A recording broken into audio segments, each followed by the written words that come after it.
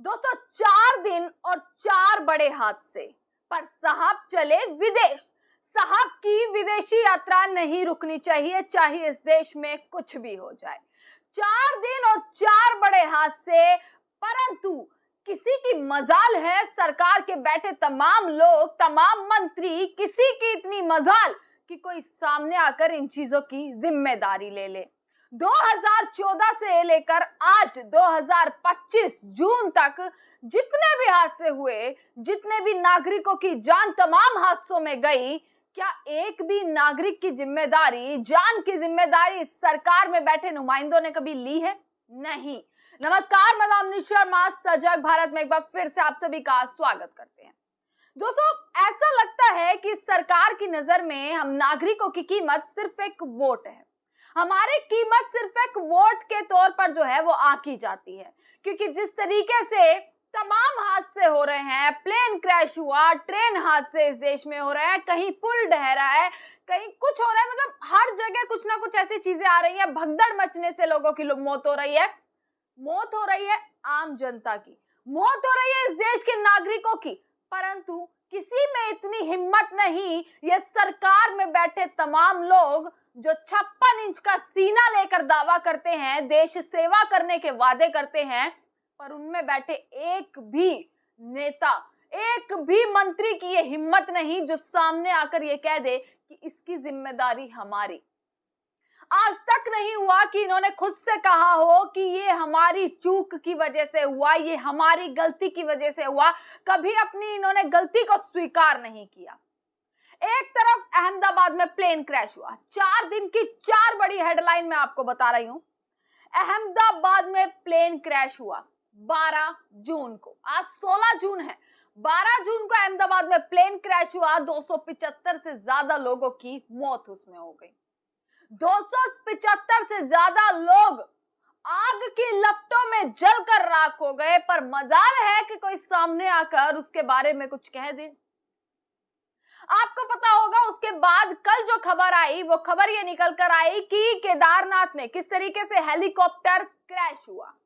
बोला गया, ये हेडलाइन आई कि मौसम बिगड़ने की वजह से हेलीकॉप्टर क्रैश हुआ, जिसमें पायलट समेत 6 और लोग थे, यानी कुल 7 लोगों की मौत हो गई।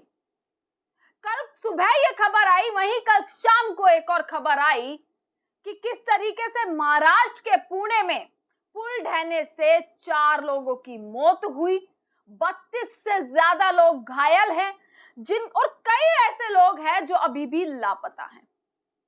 पुल ढहने से, जो पुल एक पर्यटक स्थल है वहां पर, और ये वहां के स्थानीय लोगों ने बताया है कि जब मॉनसून सीजन आता है, जब मॉनसून आता है तो यहाँ पर बहुत सारे लोग जो है वो घूमने फिरने आते हैं। ये एक पर्यटक स्थल है, परंतु इस सरकार की क्या मजाल कि वो उस पर कभी जिम्मेदारी ले कि किस तरीके से वो पुल ढह गया। क्या उसका ढांचा इतना कमजोर था? क्या सरकार ने कभी उस पर ध्यान नहीं दिया था कि पुल ढह गया, जबकि ये पता था इस सरकार को कि वो एक पर्यटक स्थल है, वहां पर लोग आते जाते हैं, और मॉनसून के मौसम में किस तरीके से वहां पर भीड़ बढ़ जाती है। उसके बाद भी सरकार ने इसकी कभी कोई जिम्मेदारी नहीं ली, सरकार ने इस चीज को नजरअंदाज किया। यह सरकार तब सोकर जागती है जब हादसे हो जाते हैं। यह सरकार तब जो है कदम उठाती है जब हादसे हो जाते हैं। जब तक नागरिकों की जान ना चली जाए, तब तक इस सरकार में बैठा कोई भी लोग सामने से कुछ कर नहीं सकता। देश सेवा के वादे करने वाले, ये देशभक्ति का सर्टिफिकेट दूसरों को पकड़ाने वाले, ये खुद किस तरीके से इस देश की जनता की जान लेने पर तुले हैं, ये साबित होता जा रहा है। आज फिर एक खबर आई शाम को, किस तरीके से पुल ढहने की खबर आई। आज फिर सुबह खबर आती है, वो खबर ये कि एक बार फिर से महाराष्ट्र में जो है वो ट्रेन का जो है, ये मैं दिखा रही हूँ, पुणे में ट्रेन में लगी आग। ट्रेन में आग लगने से किस तरीके से और तमाम लोग घायल हो गए। इसीलिए मैंने कहा था कि शायद हम नागरिकों की जान इस सरकार के हाथों में जो दे दी है, हमने इनको कुर्सी पर बिठाकर, इन्होंने ये आंक लिया है कि ये सिर्फ एक वोट के बराबर है।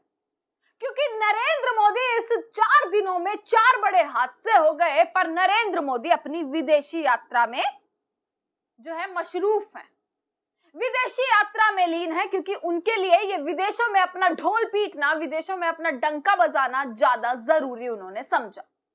एक तरफ देश मातम में है, आज भी अहमदाबाद की वो तस्वीरें आप देखेंगे आपके आंखों के सामने से नहीं जाएंगी।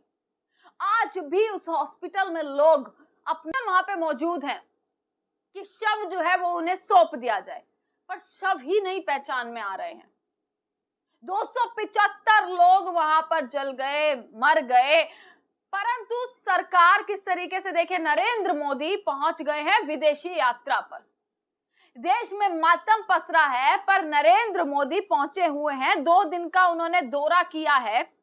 साइप्रस नाम की एक जगह है, वहां पर नरेंद्र मोदी गए। अब सिर्फ यहीं नहीं गए हैं नरेंद्र मोदी, और कितना बड़ा वो है वो आपको दिख भी जाएगा कि हाँ भाई, इस 2 दिन के दौरे के बाद नरेंद्र मोदी का पूरा प्लान जो है वो सेट है। कहां कहां जाना है, कैसे कैसे जाना है, कैसे कैसे तस्वीरें खिंचवानी है, ये सब कुछ ये लोग सेट कर चुके हैं। इसके बाद G7 में नरेंद्र मोदी जाने वाले हैं कनाडा, क्योंकि अब इनविटेशन आ चुका है। पहले इनविटेशन नहीं आया था, परंतु अब इनविटेशन आया, तो उसके बाद G7 समिट में जाएंगे नरेंद्र मोदी।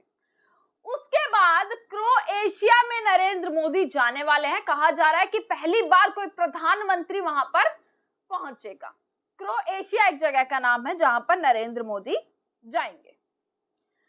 दोस्तों, जहां जहां ये घटनाएं हुई हैं, अहमदाबाद की घटना, भाजपा की डबल इंजन की सरकार वहां पे मौजूद है।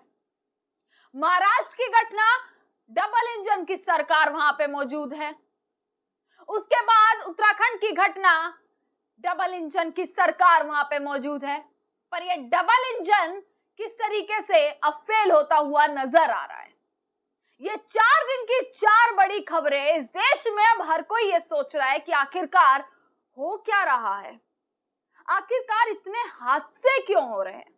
पर नहीं, ये इस देश की जनता ही तो सोच रही है, इस देश की सरकार नहीं सोच रही है। विदेशों में अपना ढोल पीटना, वहां पर नरेंद्र मोदी के नारे लगवाना, अपने नाम के नारे लगवाना, वहां पर ढोल पीटना, अपना डंका बजाना इस सरकार को शायद ज्यादा आसान लगता है। और जब इनसे सवाल किए जाए तो ये इस तरीके से गायब होते हैं, 9-2-11 हो जाते हैं।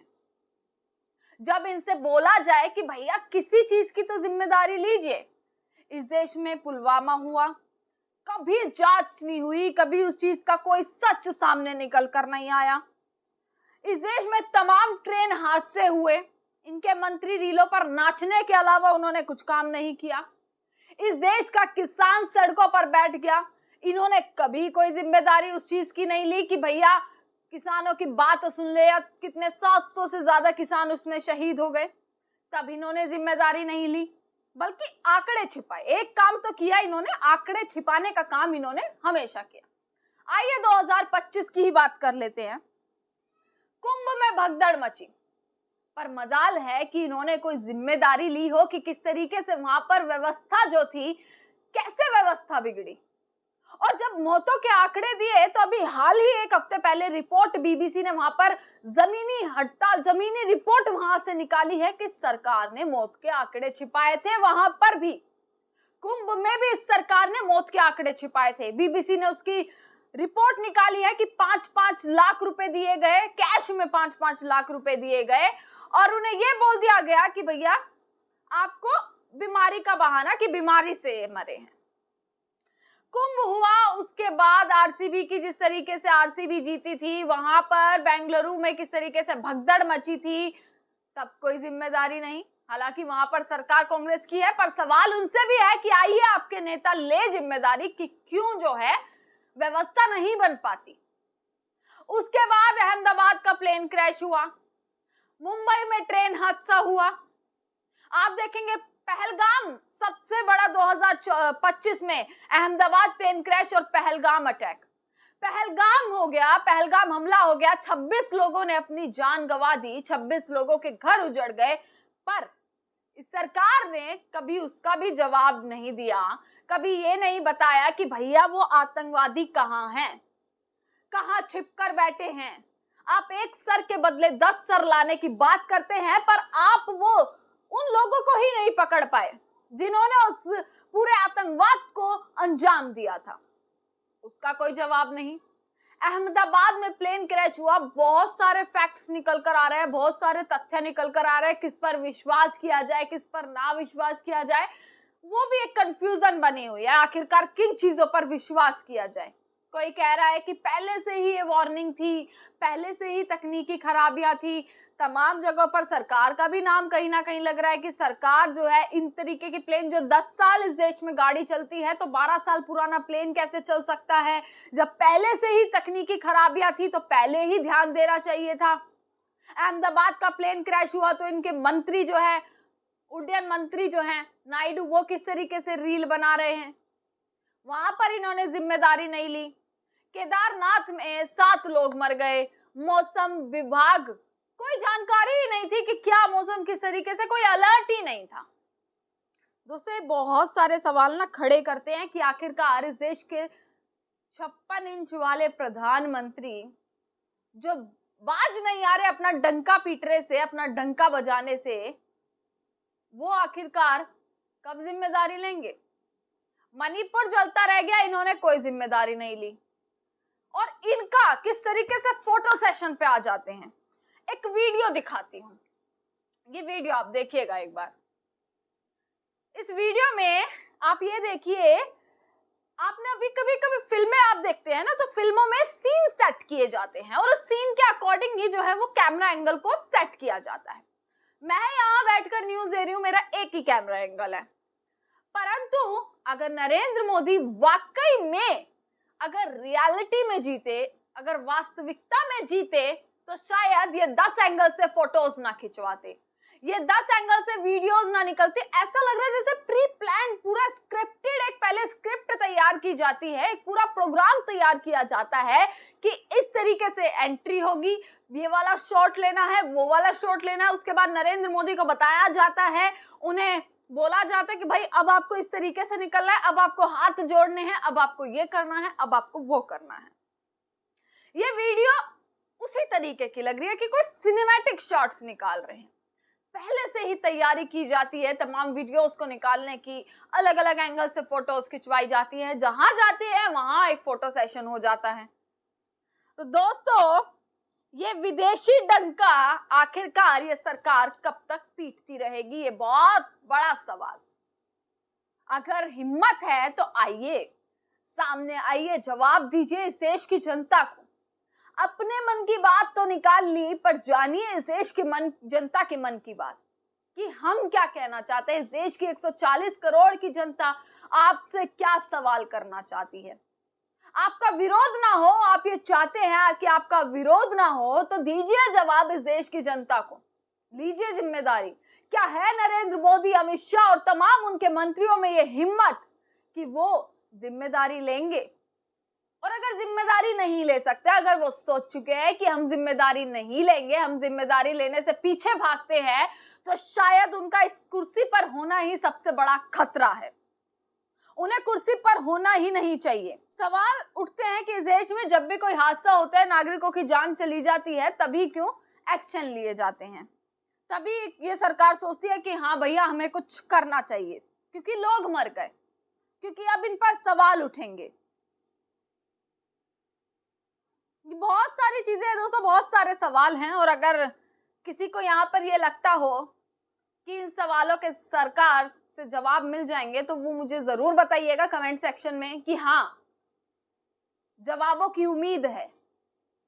बहुत चीजें हो गई पिछले, अगर 2 साल का भी डेटा अगर आप उठाकर देख लेंगे, तो कहाँ आप बोल सकते हैं कि जिम्मेदार कौन था। सारी चीजें क्लियर है कि कौन जिम्मेदार है, पर जिम्मेदार लेने वाले भैया विदेशों में घूम रहे हैं, विदेशी दौरा कर रहे हैं, उनके लिए वो ज्यादा जरूरी है।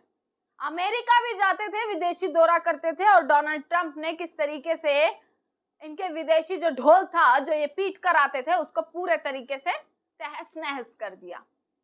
विदेशी डंके, विदेशी नीति पर बात कर रहे हैं, पर अपने देश की नीतियां इनसे संभाली नहीं जा रही।